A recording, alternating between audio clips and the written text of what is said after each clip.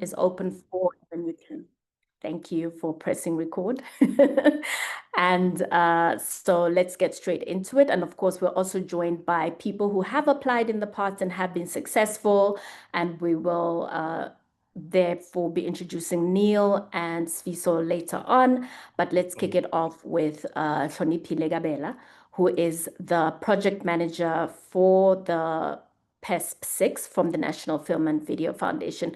Hlonipile, good afternoon. Thank you so much for your time. I know you've had a long day, and it's going to be quite a lot of roadshows for you explaining what this opportunity means for the film industry at large. How are you doing? Good afternoon, and thank you so much for the opportunity. It's been a long day, but excited to be here. Fantastic. All right, so I'm going to hand it over to you. We have just about 51 people online, and I think that's a great number of people very interested in what you have to say. So please take it away, and then we'll follow your presentation by some Q&A. Excited. Colleagues, good afternoon. My name is Hlonipile. As the chair has indicated, I am with the Nfvf. I manage PSP. This will be my fourth one. I joined in PSP 3, managed to mobilize PSP 4, 5, and this 6th cycle. So essentially, this is a fifth for the Nfvf because we didn't get involved in PSP 2. So we mobilized and implemented PSP 1, PSP 3, 4, 5, and now we are starting with PSP 6. My presentation is high level, but I'm happy to take questions. I'm also not going to speak to each and every slide, just so that we make the best out of this opportunity, because I'm more interested in your questions and any clarification that you may need.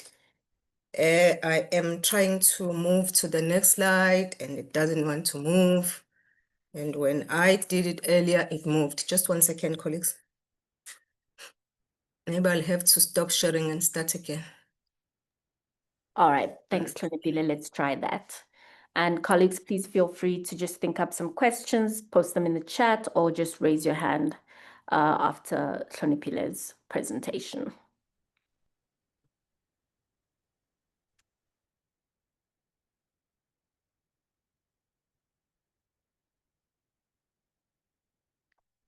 I have no idea why it's not moving. Maybe I should just talk to the slides. It would have been great, though, for colleagues to see what I'm talking about. But because of the challenge, maybe let me just...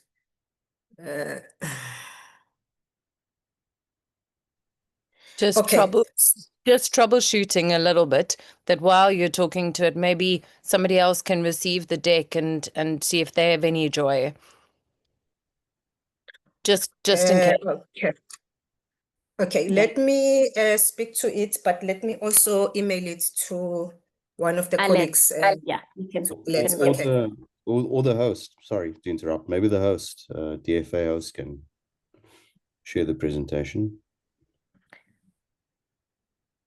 I'm tempted to try one more time, because I actually don't know, because earlier when we did it before you guys joined, it was fine.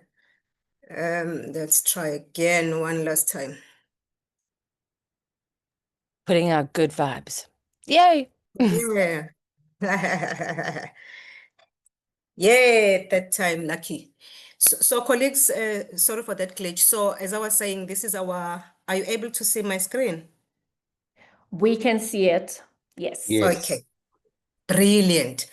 This initiative, as most of you will know, is an initiative that was introduced post-COVID to try and assist the industry to get back to its winning ways. So essentially, this is our 5th cycle as the Nfvf, as I've indicated. So for PSP 6, we will have the two main projects. So we refer to Project 1 when it relates to grant funding. So Project 1 will be related to the open calls that we will publish.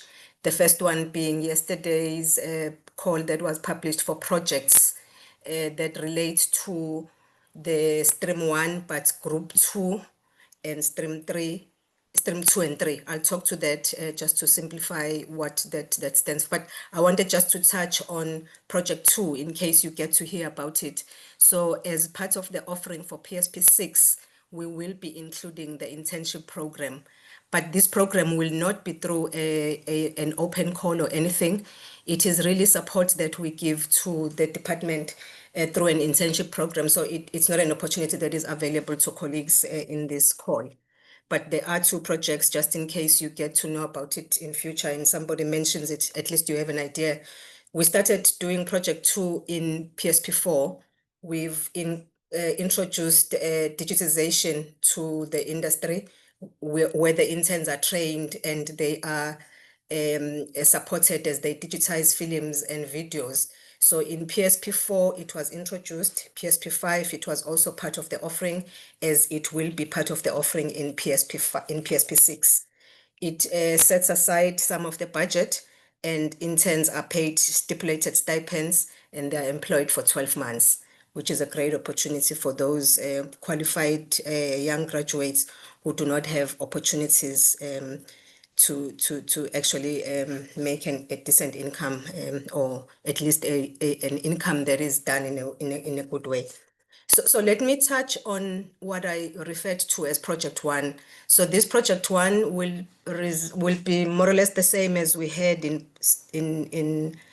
PSP 3 and 4, where we will accommodate both the long formats and the short formats.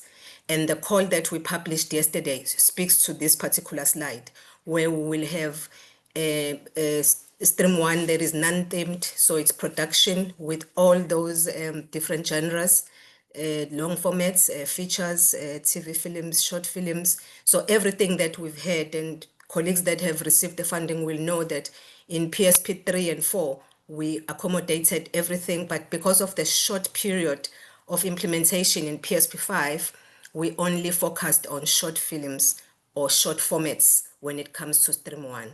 So we are back to winning ways. We are including everything. And this is great for job creation because we battled a bit with jobs that could come out just out of short formats. So because of the budget, there is decent this time, we are able to accommodate everything. So the call that was published yesterday is exactly this call where we have stream 1, stream 2, and stream 3. From experience, we find that most of the jobs come out of stream 1, which is about 70%, and stream 2 accommodates about 20% of the jobs that we eventually get to create, and 10% comes from the jobs in stream 3.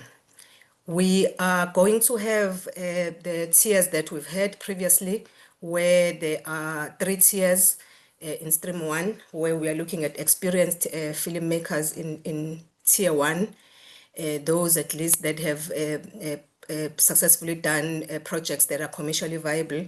We are also accommodating filmmakers with 2 or more features or TVs.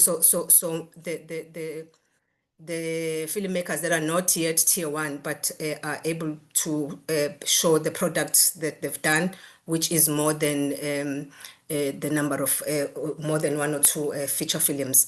Then at the heart of Pesp, we are looking for tier 3s. We are looking for people who are saying, yes, I was in a film school, but I've never really been funded, or I've never spent a lot of years in the industry, but I'm able to produce work, and I have at least 1 short film that was done even when it was done as part of the graduate program or any other formal training. So we have those 3 tiers for stream 1. Then for stream 2, we are accommodating trainers who are accredited, or those that are either whether they are fully accredited or those that are partially accredited. But we are also saying colleagues that have 10 years experience or more in the training industry can be accommodated. From experience, we've seen that a lot of good work also comes out of not accredited programs, but those that from trainers that have a lot of experience and they've made a difference in the industry. So those are the people that we are going to consider as tiers for stream 2.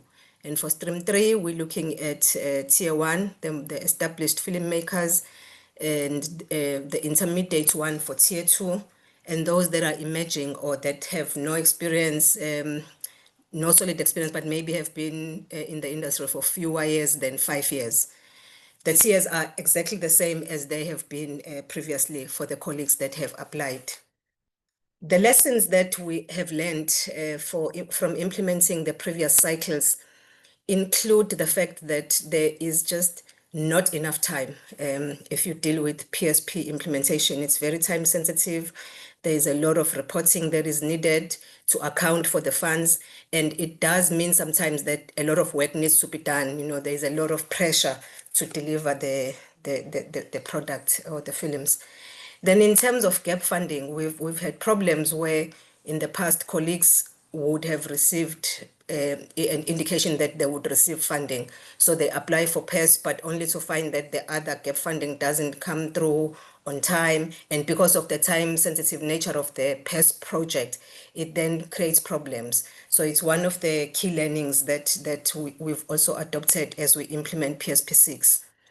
The Stream 3 funding has proved to be very useful for supporting the distribution of film work that colleagues are putting together, because there are provinces that don't have means to publish, to market their work and to make sure that it's seen out there. In PSP5, when we introduced short formats only, we were unable to create notable jobs as we have done in the previous cycles. So it's one of the major learnings to say, maybe it does mean that if there is a funding allocated to us, we need to consider the long formats as well, as we are going to be doing for PSP6. There is also an issue around Stream 2, because from experience, we realized that colleagues were applying for funding, taking the funds and giving very little to the people that they were training. So we've stipulated the stipends that need to be paid. And that then means there is a very high cost to job ratio, because you almost have to have a plan that talks to, if I'm going to pay this much, how long can the program be for it to not lose the quality that is most important. Then in terms of the challenges that we face, colleagues, it's unbelievable what colleagues are doing with the funds. Some colleagues are really making life difficult for all of us, because they apply, they have a great proposal and application, but when the funds come through, colleagues do other things that have nothing to do with the approved projects. So it does then mean that it becomes difficult to then justify when we apply to be funded, why there is a need, if people are buying cars, if people are doing other things. And what's most disturbing, it's not even colleagues that are new, it's really colleagues that have been around, and this is becoming a problem, and it might cause problems for all of us in future. On this slide, I am talking mainly to the evolution of Pesp, especially the cycles that we were involved in as the Nfvf. So it's really just stipulating the different budget that we were allocated for each cycle. And as you can see, we have been given most funds this time. We have been allocated 230 million, whereas in PES 1, we had 140 million, PES 3, it was 152 million, PES 4, 179. In this current PES that we have just finished, it was 163. So there is great joy that there is a notable increase in the funds that we've received. But with that, it also then means there is more pressure for us to create more jobs.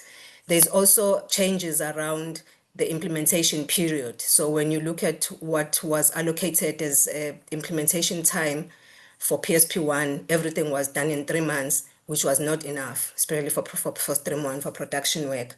So we have managed to get the 12 months back that we were implementing for PSP 3 and 4, which really helped, because it then gave us enough time to monitor the projects and to make sure that the jobs are created. I will share the slides or the deck once I'm done. So I'm just talking high level to indicate the differences in the previous cycles and the current cycle that we are going to be implementing. I'm also indicating in some instances where we have managed to create some of the jobs. So this slide is also important just to give a picture of where we are at. What's new? What's new in PSP6 is that there is more money, as I've indicated, but also there is more pressure or more job creation expectation is becoming more and more of a challenge because the shareholder is saying, I've trusted you with this allocation, please go out there and create more jobs. Also, when it comes to Stream 1, there is an introduction of the blockbusters. You might have noticed that the call that went out yesterday excluded blockbusters completely. So we will have a separate call for blockbusters, but they are also part of Stream 1. So we've called them Stream 1, Group 1. I'll explain later in terms of what we will be looking at. So in terms of the blockbusters, they will have to be themed around a legacy of sorts, a heritage theme, to ensure that we get to know about our own history in terms of what is out there. So anyone who wants to apply for the Stream 1, Group 1, must then be made aware that they would need to talk to a heritage-based theme. But also in terms of the number of projects that will be funded in this stream, there will be 5 projects that will be funded in total, and each project will be allocated 10 million. So it's 50 million from the 230 that I mentioned earlier. What's also exciting this time around is that we have an appeals process. The major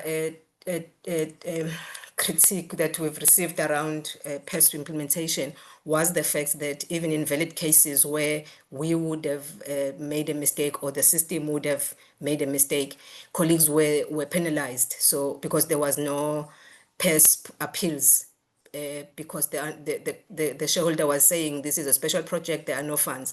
But of the 230 million, we have been able to negotiate with the shareholder to get the 5 million set aside, which will not have any jobs linked to it, but that amount will be used to attend to appeals. Then in terms of the number of applications that each person can forward, either as a person that is applying as an individual, because there's also allowed within the Pesp application cycle, or as a company, you can only really apply in one stream. Previously, we used to allow colleagues to look at different streams, but we've had numerous problems with that approach. So as part of the risk mitigation, we've gone with an understanding that it will work better if we allow colleagues to just focus on one stream. You can have at least 2 applications in that one particular stream that you will focus on. Let me touch on the Stream 1, Group 1, the blockbuster offering. So we are looking at production-ready features and animation. We are going to accommodate colleagues that would need development funding. The understanding being maybe not everyone would have work that is ready at this stage. So there will be budget in that 5 million that will be set aside for colleagues to look at developing their projects. We are looking at 5 projects, as I've mentioned, but we are also looking at minimum jobs of 100 jobs for features and documentaries. And we are looking at a period of implementation being 12 months. So everything still needs to be done in the 12 months. The thinking in terms of the approach is that we will publish the call. Colleagues will apply on the system as we normally do. And then those projects will be allocated for adjudication. But then those that are shortlisted will then have an opportunity to pitch to a group of colleagues that are specialists who would then assist us with finding out which of the projects can be allocated. So maximum number of the projects is 5 projects, and we're looking at 10 million each. The number of jobs that we are intending to create from this Stream 1, Group 1 is 4,000 jobs out of the total of 9,160 jobs that we are looking for in Stream 1 as a whole. So the balance will then be part of the Group 2 call that we published yesterday.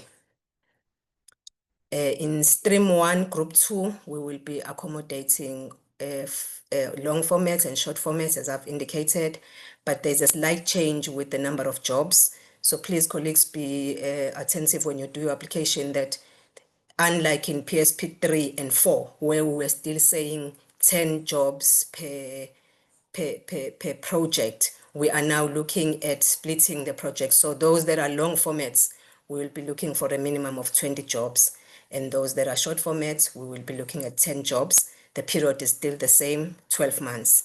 This becomes very important, colleagues, for application processes, because I'm saddened sometimes to see good projects not being funded because colleagues did not pick up the main things. So they didn't give the number of jobs that are required. And I think this time it will be even more important because there's a change in terms of the formats and the number of jobs that are needed. I've also touched on the caps there, just for your information, when you apply. So for shorts, the cap is 400K, and for animation shorts, it's 600. But for the feature full length, the feature length, it's 2 million. So these are the caps that also become important when you apply, to just have an understanding of what you will include in your application. We are looking for a total of 5,160 jobs, which is the balance that I mentioned when I spoke previously. This just summarizes what I've been mentioning in the previous slides. I will not touch on it a lot. Then in terms of Stream 2, we've gone with the approach that we will create 4,200 jobs, and we have caps that as indicated there. So if you're going to have a training without production equipment, 700 for hire, it's 700,000. And if your training will be with production equipment for hire, it will be 1,000 rands. Just to emphasize, colleagues, unfortunately with Pesp funding, we are not purchasing anything. We are not purchasing equipment, we are hiring. And in terms of stipends as well, the stipends are stipulated. Please, let's stick with the stipulated caps so that we don't run into problems. For Stream 3, we are aiming to create 2,000 jobs through film festivals, market and public screenings. These are great for people who are maybe introducing themselves to the industry where it's not as complicated, and in terms of tiers, it's not as onerous. So in terms of the caps as well, as indicated there, for film festivals and market hosting, it's 1.5, and the tiers that are accommodated is all the tiers, tier 1, tier 2, and tier 3. But for public screening, the cap is 500,000, and it's only focused for tier 2s and tier 3s. Colleagues, that's the main information that I wanted to touch on. The call opened yesterday and it will close on the 31st for the Stream 1, Group 2, and Stream 2 and 3. This means excluding the blockbusters. The blockbusters will have a separate call, and we will advise you, colleagues, when the call will be going out. I've also just put a link there to assist you because the application will be done on the system, on the Praxis system. And I'm happy to take questions, colleagues, if colleagues have any questions.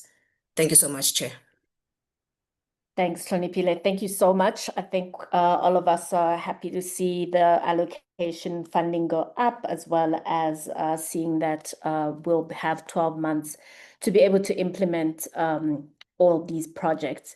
I just want to take 5 questions that are on the chat already before we go to our next 2 speakers. And of course, colleagues, you can raise your hands after our next 2 speakers as well. I'll just allow the first few that have already put questions up. Damien Samuels, please go ahead while I get to the chat. Hi, colleagues. Hi, Hlonipile. Thanks for taking my call and for your presentation. We have chatted by email. I think this is a perfect opportunity to actually ask the questions I meant to ask you. Okay, Right. now I remember your email because it came through this week, I think. Yeah. But thank you for being so efficient and responsive. I mean, I was very happy to get your meaningful responses. All right, so you have answered most of my questions. It's just the one with accreditation for training that I think needs to be unpacked a bit more. I don't recall that being for Stream 2 in the previous Pesp calls. So accreditation is a bit of a murky gray area. I think you have clarified that experience also matters. Now, in film and media, the accreditation we should get is from MICT-CETA. And MICT-CETA, which is for film and video, no longer accepts applications from companies. And in fact, we're in some limbo at the moment. We're in a transition stage as they're trying to move accreditations over to SAQA-aligned accreditation. So we're somewhere in between, and it's not really possible for us to register our training programs in the traditional way. There may be some older companies who've registered in the past, so they will be advantaged, and some of the newer companies, like myself, will be kind of disadvantaged if we're very strict about what constitutes a accreditation. Now, I just need to know what that means. Would you look at the CVs of the facilitators teaching, or would you be looking at some kind of formal documentation for accreditation, like from MICT-CETA? As I've mentioned, they haven't been accepting applications for the last few months. So what constitutes a qualified, accredited facilitator for training? Through you, Chair. I mean, the challenge with the accreditation is painful and is noted. So colleagues that might have seen this presentation in MIP will know that the 10 years experience was not included because the shareholder was of the view that we consider accredited companies or individuals. We've had long discussions understanding the concerns that you are raising around getting accredited to start with. Colleagues have indicated that they've tried, and at this stage, there is just a lot of confusion around getting accredited. I mean, in the past, in PSP, in the past cycles, in fact, in all of them, the requirement was there. It's of being accredited, or when projects are looked at for evaluation, that is looked at. But the 10 years experience, I have a lot of colleagues that have successfully implemented projects and created jobs, which is why I'm here. I'm about job creation in these PSP cycles. So the CVs are very important when you table your application. The adjudicators that look at this stream will then consider the applicant's CV, but also, more importantly, those CVs of the people that will be training the colleagues, because I can apply and not necessarily as an applicant be the person that will be doing the training. So it's important that when you upload the documents that it's clear who is going to be training and what qualifications do they have. So the CVs assist a lot in that, the experience that they have and what the kind of work that they've done previously, that is also being looked at. So each project is treated differently. The process is that when the application is received, it is shared with 3 colleagues, with 3 adjudicators. Then they score it separately wherever they are. Then they send their scoring back. We then have a session where the scores are discussed. So I'm just wanting to give a level of comfort to say people that know the industry, and when we appoint adjudicators, we look at the CVs based on the colleagues' strengths. So people that will be in Stream 2 will be people that know about the training industry and those that are involved in the training industry. The colleagues that are not necessarily involved would be those that know or that have accreditation or that have done some work around the training in the film space. So there is always that opportunity to ensure that colleagues are not disadvantaged. Thanks, Damien. Okay, thank you, Hlonipile. Thanks, Hlonipile. Could I ask you to please turn on your video just so everyone can see you? And then I'll go over to the next question, which is from Lisa. She just wants some clarification around the intern program that you're running. I think just that caveat in terms of the fact that they will be employed by Nfvf, but servicing the industry. Okay, so as I was saying earlier, this then becomes a challenge in that it's not an opportunity open to colleagues to apply for necessarily. So what we do is we run a separate recruitment process where we look for interns, obviously give the requirements in terms of what they should have as a skill. So it's ring-fenced funds of these 230 million. The funds that will be ring-fenced for internship is 13.5 million. We support the department that does digitization, and those people must be based in Pretoria because the offices where the digitization happens is in Pretoria. I'm not sure whether I'm clear. I hope that clarifies, Lisa. I think it's because in the past we have been able to take advantage of the Nfvf placing interns in different organizations as well, and for productions, I think.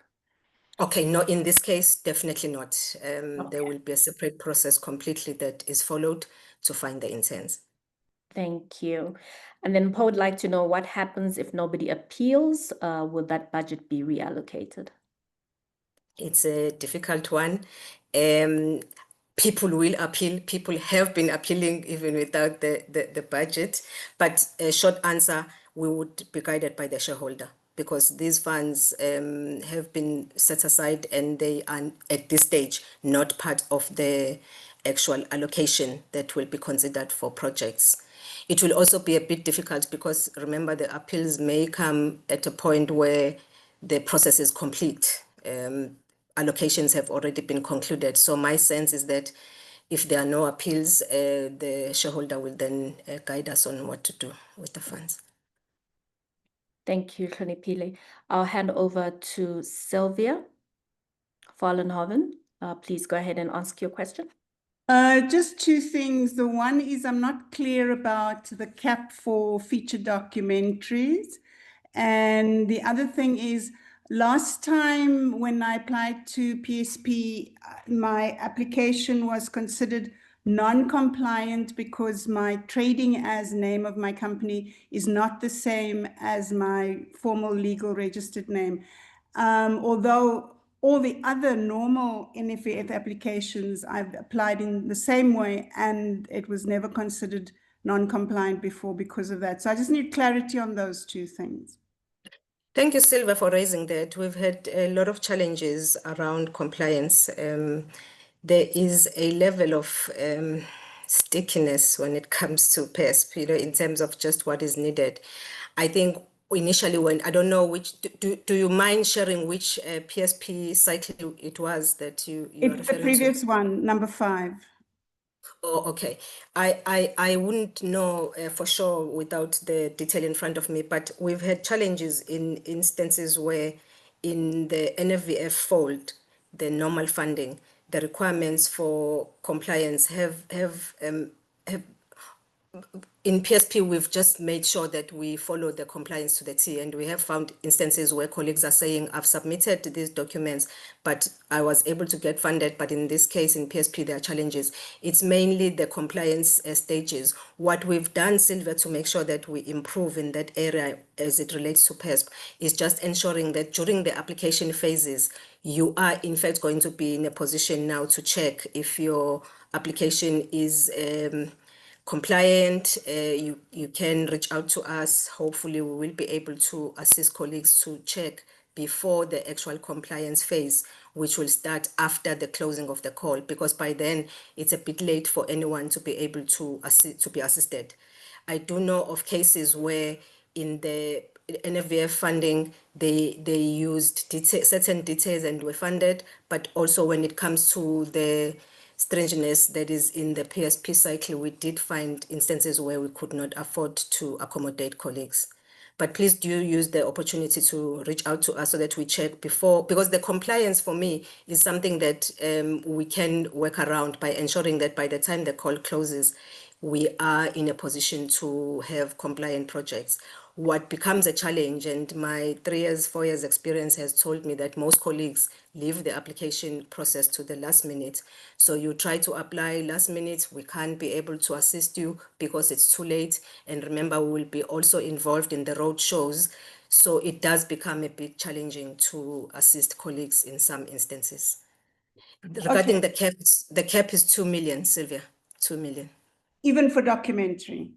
Correct. Okay, thanks. And can we get a copy of your slides, please, Hlonipile? With pleasure, my dear. I'll share them so that you can also just go through some of the things that I didn't spend a lot of time on. It will assist. Thanks. I'll share the section here. Thank you. Thanks, Hlonipile, and thank you for having an open door policy for us to be able to query and get responses from you during the application process. We're going to go into our next presentation. It's a short one from Neil. We've talked a lot about some of the mistakes that we make, and Neil, as a two-time successful Pesp applicant, is just going to tell us about how he went through getting some funding for a feature as well as for documentary. And he's also been a reader for Pesp, so he knows sort of what mistakes we can avoid when we're making applications. Neil Brandt, over to you. Thank you, Sarah. It's a pleasure to be here. Thank you to the DFA for hosting this. It's a key initiative, and it's been really great to see over the last couple of months and years a lot of the PEST projects starting to come alive, and see more and more PEST credits on projects. So it really is a valuable. Can we see your face, please, Neil? Sorry to. Can you see me now? I can't see myself. Yeah, but we can see you. Okay. So the thing is that PESP is key, and there's obviously the market, the general environment in South Africa right now is under a lot of pressure. So every source of finance is highly sought after. So the bottom line is that the competition is great.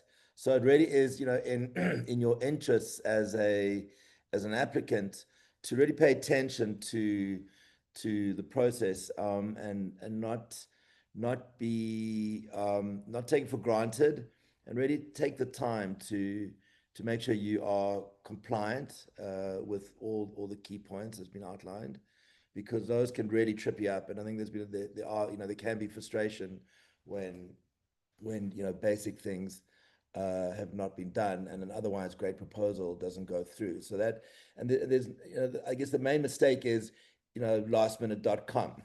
Don't wait until the last minute to do this. Start, you've got a month, start prepping now. Make sure that you get all the documents in place, open up your practice application, and work on it for the next 4 weeks, because that's what you need to get a good presentation in. I mean, the overall the difference between Nfvf, normal Nfvf funding and PESP funding is that the key focus is really on job creation. So while obviously good story that have a viable path to production, and great training programs are obviously looked at, the bottom line is that there's got to be a real business case that feels authentic and believable, that really makes sense, and that comes out very quickly when you're reading a proposal. And it's always amazing to me, how people put proposals in, they focus on certain elements and forget other elements. The entire proposal is important. Every single document is important. And major red flag is always inconsistency in what you are submitting. And that means inconsistency in terms of the quality of the writing, or basic inconsistencies. I mean, and that's the crazy kind of things you see. It's there'll be different directors or different budgets or different job numbers in one document to another document. So it is to make sure that all documents that you're submitting speak to the overall premise of what you're proposing on a practical level. Because the moment, you know, when you're looking at these and you're seeing, you know, one thing being said one place, another thing being said another place, that's just okay. You know, people aren't taking this seriously, or you can't but help feeling the chance is being taken, or you know, or to be, you know, to be nicer, that maybe just people didn't pay attention. And that when there is so much competition for the funding, you know, you really can't risk that kind of inconsistency. So yeah, overall cohesiveness of your all documents is absolutely key. Obviously, good story, authenticity is key. I mean, and that often the motivation letter, I can't underestimate or overemphasize how important a heartfelt motivation letter is. I mean, you know, often, you know, when I'm reading, I look at the motivation letter, you know, I often go back to it multiple times, because that really helps frame the rest of the application. So that really is important. Rushed applications feel rushed, right? So and that you know, results in those inconsistencies that we're talking about. So yeah. Supporting documents, yep, they've all got to be in place, right? The bios, I mean, the bios are always fascinating, because often you get, you know, a whole bunch of bios like put down into the folders, and then you've got to spend a lot of time working out which bio relates to what position, and you're not, you know, you're not sure whether those bios are actually, you know, connecting to the roles that have been listed in your list of you know, above the line and below the line team. And that is something that, I mean, to help yourself, I find, because the way the practice system works is that, you know, you're looking at all these documents online and you're looking at files. I mean, one easy tip that I have is just to name every bio according to the name and the position, you know, and that goes for all the documents. Clearly outline your documents, list them according to numerically. Don't have funny numbers, like what's the position, what's the document, what's the name, and what's the role, and make sure that's consistent all the way through, because that kind of stuff just makes a proposal hard to read. Another thing I really want to highlight is AI, the use of AI. I mean, obviously, you know, AI is becoming amazingly prevalent across so many work streams, and that's fine. But, you know, I use AI often. I use it in my daily work streams across, you know, multiple streams. But so I know what an AI document looks like, and I can, you know, you really, you know, without even having a sense of it, just from a language point of view, so often you see documents that have got it, for example, a distribution plan, that you can see someone's just said to their chat GBT, give me a distribution plan. One gets, you know, slapped out that's got, you know, sometimes even the original question that you asked ChatGPT is forgotten in the distribution document, which is kind of like, you know, a great disappointment. Or you'll see that the person, I mean, it's fine to use AI as long as you're, number one, transparent, and number two, you take the time to actually keep your human agency in place and craft the process to one that really speaks directly to your project. And that no AI is going to do that for you out of the bat. And it really is something that sticks out immediately.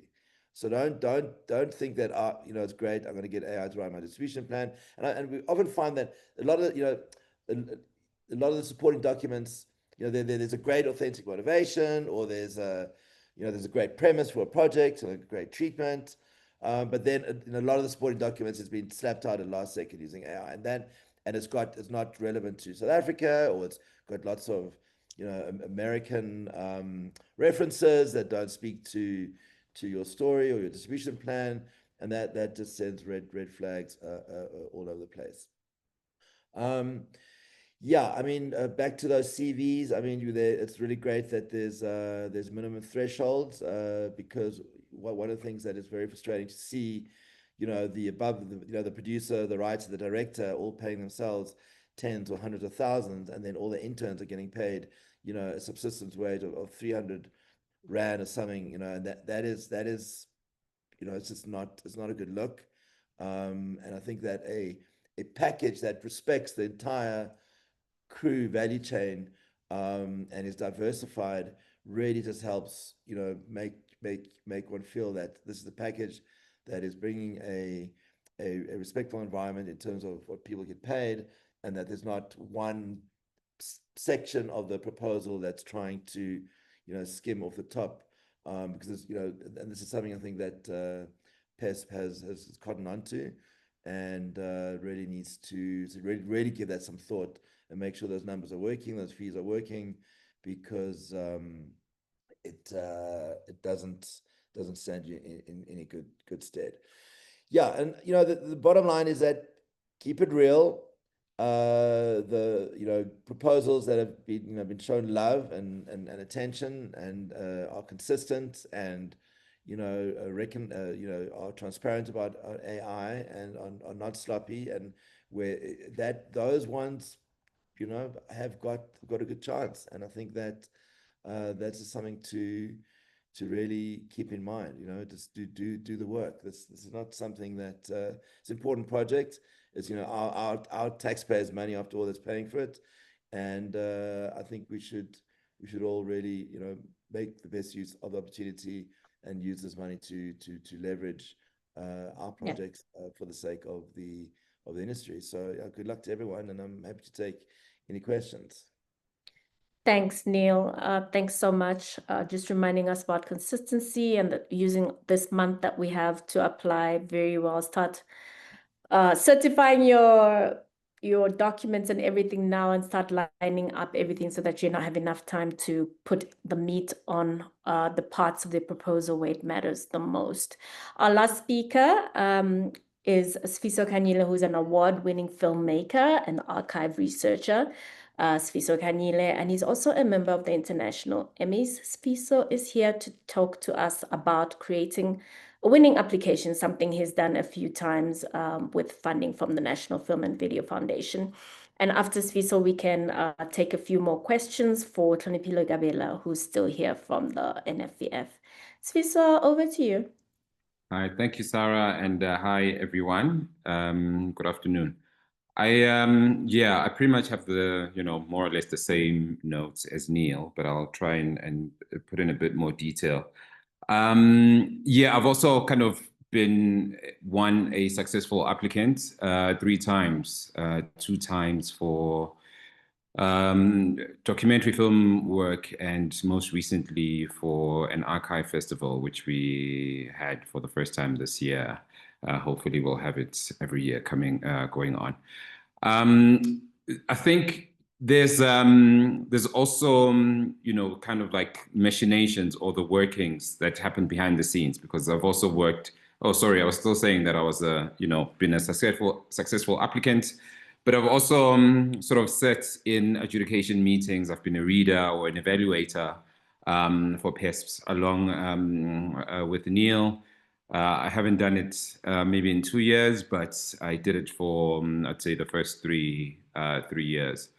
And what's been interesting for me is that, you know, after all the readers get together and they really get to the crux of like discussing the details of the projects that have potential, there's certain things that we take into consideration that a lot of people might not be aware of, you know. So Neil really did speak to a lot of them, but I think the most important thing that you need to consider is that the people who are reading your proposals are industry practitioners. So it's people who know the work, who have done the work most of the time. If you're, you know, submitting for a documentary, chances are you have documentary filmmakers reading documentary proposals. So these are knowledgeable individuals who are reading your proposal. So it's really, really important, and I'd like to echo Neil on this one, to spend as much time as you can on your proposal, just making sure that, you know, all your T's are crossed and all your I's are dotted, and that you put in as much detail as you can. The other thing that often gets us in a knot is that when we're sitting and evaluating, the most of the time, I don't know about last year and the year before, but there was just never enough money to go around for all the applications that we were getting. So there's a lot of kind of like critical thinking that happens there, a lot of sacrifices that happen behind the scenes. So we're really looking for strong proposals, but also that sort of seek to create impact for the community you come from. You know, give you a scenario. You will have 1,000 proposals coming from Gauteng, 1,000 from Cape Town, and say maybe 10 from the Northern Cape. We really want to make or industrialize the Northern Cape. We want to make impact work there as well. And so it means that, you know, when we look at those areas, we kind of also look at the needs of the area, and we'd like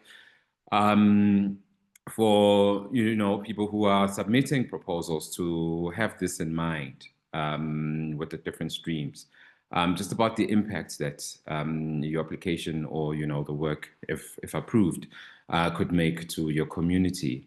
And so, you know, a lot of the spaces that are, what's the word, sort of oversubscribed, I guess, you know, there's a bit more competition there. So, you know, just think about how best prepared you can be and how unique your idea can be. And yeah, I mean, impact also equals job creation. I mean, that's obviously the bottom line. And the reason why we say it's important to be consistent is because we want to know that you can deliver on the promise. We want to know that you can deliver the jobs, but also that you can deliver the product itself, right? And often what we find, and I've made this mistake a lot in the past as well, and I think when Neil speaks about consistency, it's not just about, and he also used the word cohesiveness. A lot of the time, the distribution plan doesn't speak to the idea, or the sales figures don't speak to, you know, the treatment of the film.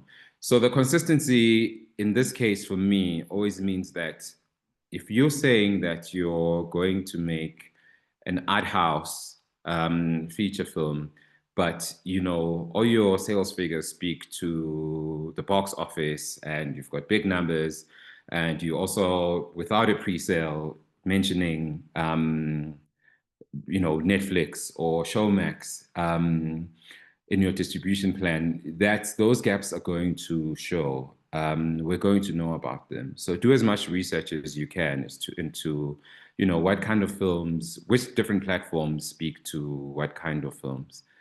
Because it often happens that we see a lot of templates, you know, where people share documents. And we've done it ourselves in the industry in the past, where, you know, I don't have a sales plan or marketing plan, and I just grab the one that, you know, Sarah has, or, you know, Neil has, and use it for my proposal.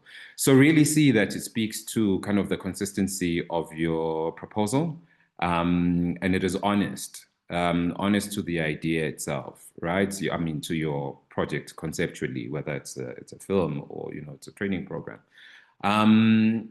But yeah, so think about the uniqueness of your idea, think about location, and then think about consistency in the language of your proposal. That's very important.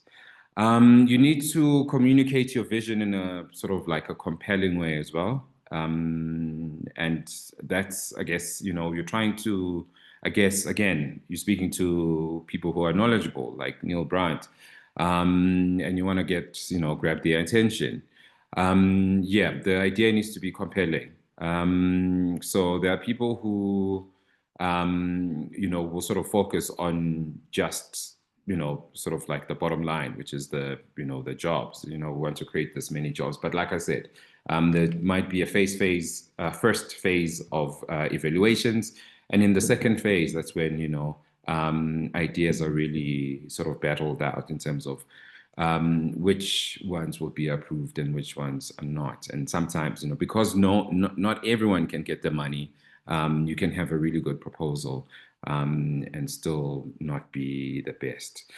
The other thing is displaying capacity or capability. I've seen one-man teams who wrote really amazing proposals, where, you know, when it comes to team CVs, it's just one person or maybe two people. I think with the, you know, in the 4 weeks that you have now, I think it's a good time to, if you haven't already, to assemble a really strong team that you're going to bring on board. We want to trust you, well, not me now, but the evaluators. I'm not evaluating, but the evaluators want to trust that you can deliver, that you have capacity to do the work that's necessary to deliver in the time frame that they've put down. And so it's really important to reflect that in your application, to show that you have enough capacity for you to deliver on the promise. So I've seen, I mean, as strange as it might sound, applications for feature film projects or you know, feature documentary, and you have just the applicant who's applying. So that oftentimes might not be a good look, something that you need to give some thought. Be specific in your language, and also just, you know, I think everything that you just put down needs to be measurable. Again, this speaks to the consistency that we both spoke about. So it's not just, you know, you're not just selling us dreams. I'm just trying to think about my other notes. Time is often one thing that's also very much overlooked. And I've also kind of like made the mistake in the past. Like I said, I think I mentioned earlier on that I've had 3 successful applications to Pesp, but I didn't talk about the rejections, which I've also have a fair amount of, you know, probably 3 or more in the different years. And so, and I know where I've gone wrong. And a lot of the time, you know, it's been whether I haven't given enough time to an application, or I've presented an idea that's just not feasible for the, you know, time frame in, you know, in my schedule. It doesn't look realistic. So your production schedule needs to look realistic. I mean, Hlonipile did say that they're looking for production-ready proposals, and that's what you need to take in mind. A lot of the time, you know, we see the call out and we want to respond with our best idea, even though it's probably not the most developed, and that becomes a problem. Generally, the evaluators will pick it up, you know, that's the idea is pretty strong, but a lot of the time it does look like it needs a bit of development, and maybe 12 months is not what you should give for that project. And the other thing is also you need to give a detailed budget that's also quite realistic. Again, because maybe you see the cap is 2 million, you want to propose something that on paper reads and looks like a 5 million rand idea. But because you know this is the cap, you want to wrangle it at 2 million. Things like that do sort of like stick out in, you know, in the evaluation phases where projects are being discussed. These are one of the things that would be, you know, would not sort of go under the radar. You know, the readers will know a 5 million rand idea from a 2 million rand one. I also happen to work extensively in the archive space. And so those things pop up really quickly. So when you hear Hlonipile talks about heritage projects, and we dealing a lot with history. Even in the documentary space, you know, people will propose historical documentaries and allocate, say, 100,000 rands for a budget for archive, which is often a big mistake. I mean, it depends obviously how much archive you're using. Duration is a big thing. But I'm just using that as an example to say that a lot of the time there's you know, an under allocation of things like, you know, items like archive in the budget. So that's something you really need to give thought to. The other thing that Neil touched on was the motivation letter.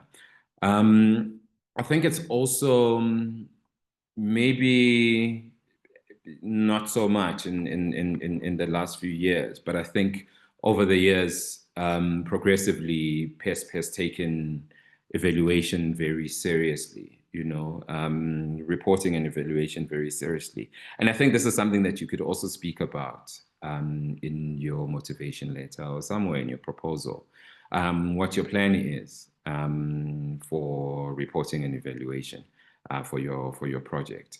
A lot of the time we get caught off guard, and it's happened a lot where people fail to deliver. You get given, you know, the big amount first to work on your project, and when you have the, you know, the 10% or the 20% at the end, it becomes then hard to, you know, to work with that either as a location because maybe you might be over or, you know. So just think about how you can work with a production accountant for the delivery of the project and, you know, speak to how you'll evaluate and report your projects. And it's happened to me. It happened to me this year where, you know, I had to kind of like figure a lot of things out at last minute, just collecting what is it, invoices and all of that stuff.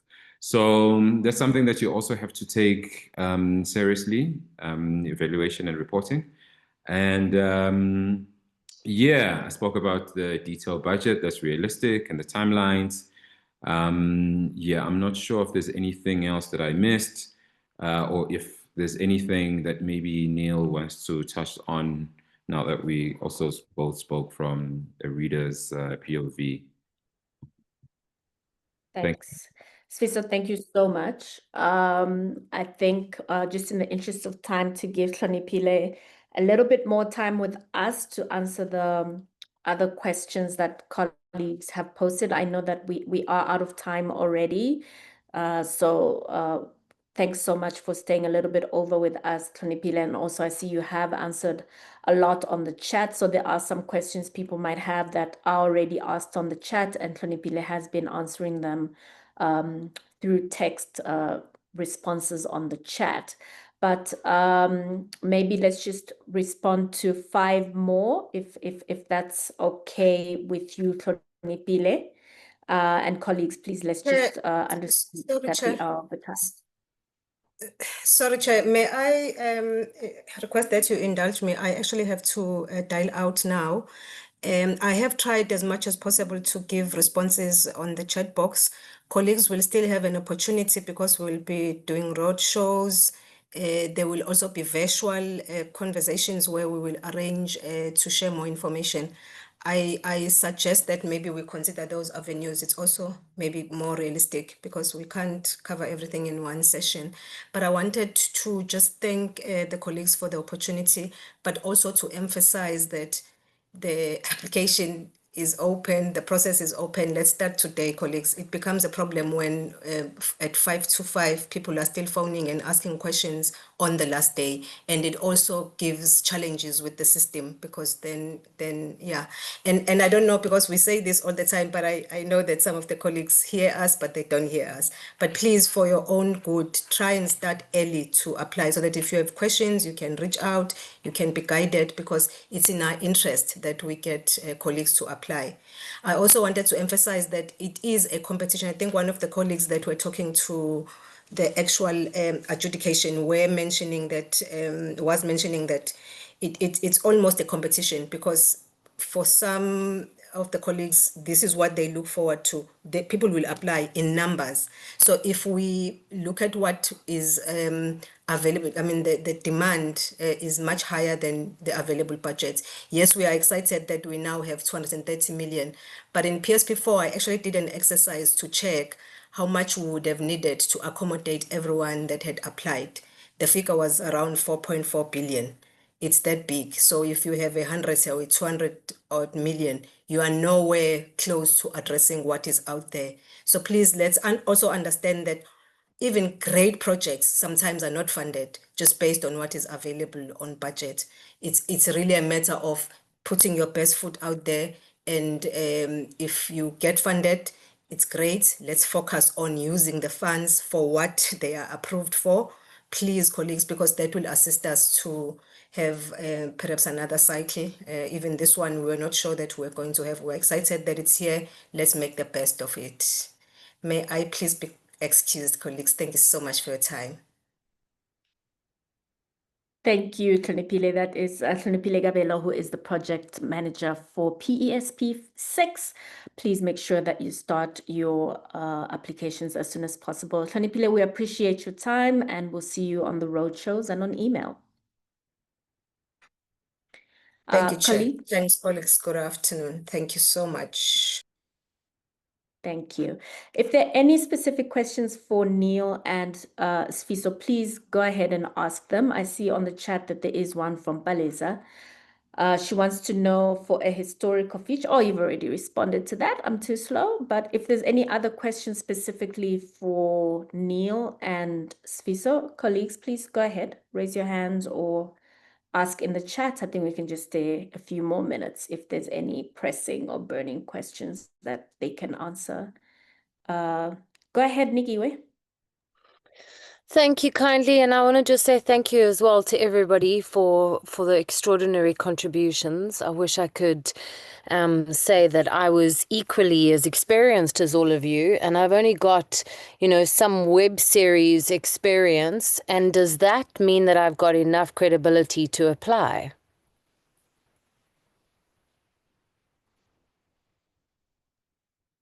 Neil, Sifiso? I'll try answer that. So credibility comes in different forms, right? Not everyone can, has a track record of a lot of documentaries behind them. In this case, and there is, and I would pay close attention to what tier you fall into, either way, because that will help. But the truth is, credibility is created by the overall impression that your proposal gives. So if you don't have a long list of credits, maybe you're going to make sure there's people on your team that have credits, and that you create a sense of trust that you can deliver on the jobs and the project in a way that really meets the mandate. And so credibility really speaks to there are, I've seen proposals by very experienced filmmakers that the proposal's just not credible because they've either rushed it or they haven't paid attention or whatever the case is. And then I've seen proposals from less experienced filmmakers that make me very excited to support them because they've taken the time and taken the effort. So credibility can definitely be built around the project, and that's not only related to your credits. So maybe for others as well, then this would mean that if we're producing, then make sure that the team's credibility is there, and that every other bit, like you were both saying, that it's so consistent throughout that it's really hard to say no. That's what it boils down to. Exactly. Gotcha. Thank you. Thanks, Nikki. Omolemo. Hello, hi. Thank you for the session. It was very insightful. I just wanted to ask, in regards to the documentation of everything, would Sifiso or Neil be willing to give us the email so that we can contact them in terms of getting the document right, or is there a person that we can contact?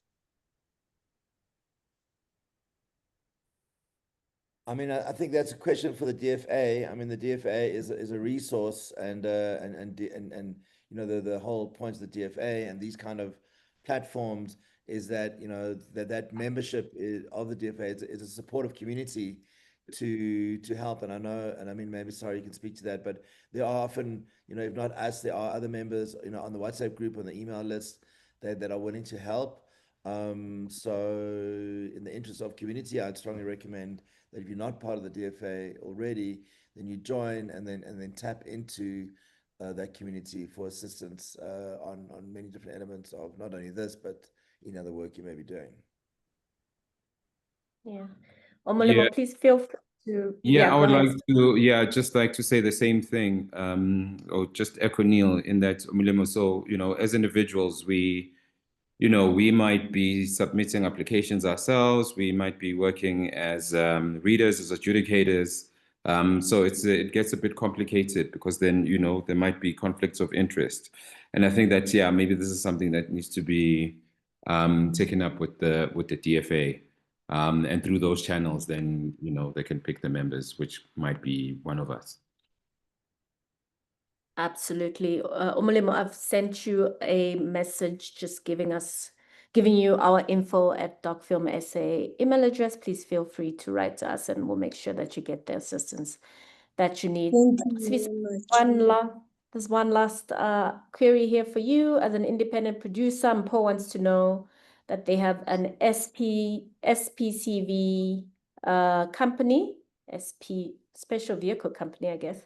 Yeah. Can they apply?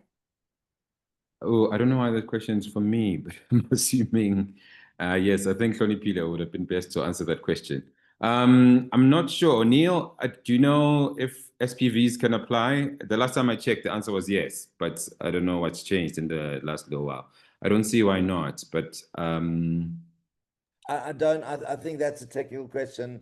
I think you should be able to apply. I mean, SPVs are an interesting mechanism. I mean, you know, SPV generally means a company that's controlled by another company for a particular production.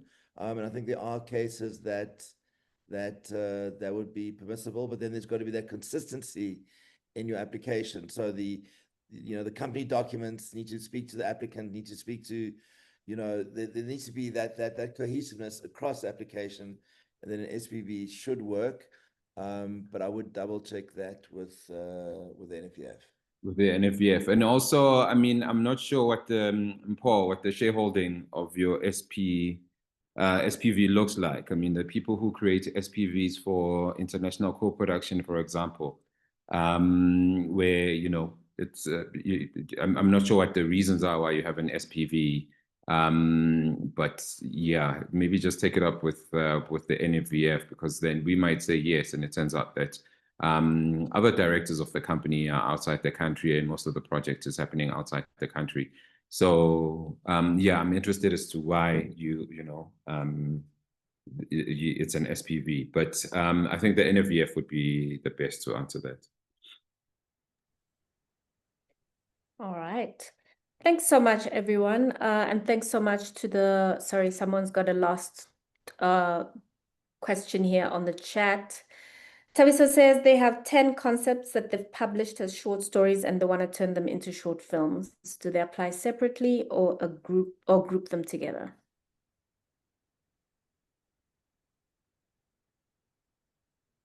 I mean, the obvious answer would be to group them together, because you can only apply for one project per stream. So yeah, I would say group them together, but I'm not sure how that works, if that would be a web series or if you're creating a feature. So yeah, it wouldn't, yeah, I don't know if it would work, but yeah, if it's an anthology, it's yeah, I think maybe as a web series maybe, but I don't see where else they would fit. I mean, just quick answer, you know, I think there is an option for series, but you've got to make sure that the budget works for the, you know, there's got to be that thematic cohesiveness between the idea and the budget and the ability to deliver. And if that works, great. But if it's feeling out of sync, then you're gonna have a problem. Yeah, and also duration, I think, would be a big thing. Neil, right? In terms of like platforms that do, and this is why I brought in web. It's because I don't know what duration the shorts sit at. But yeah.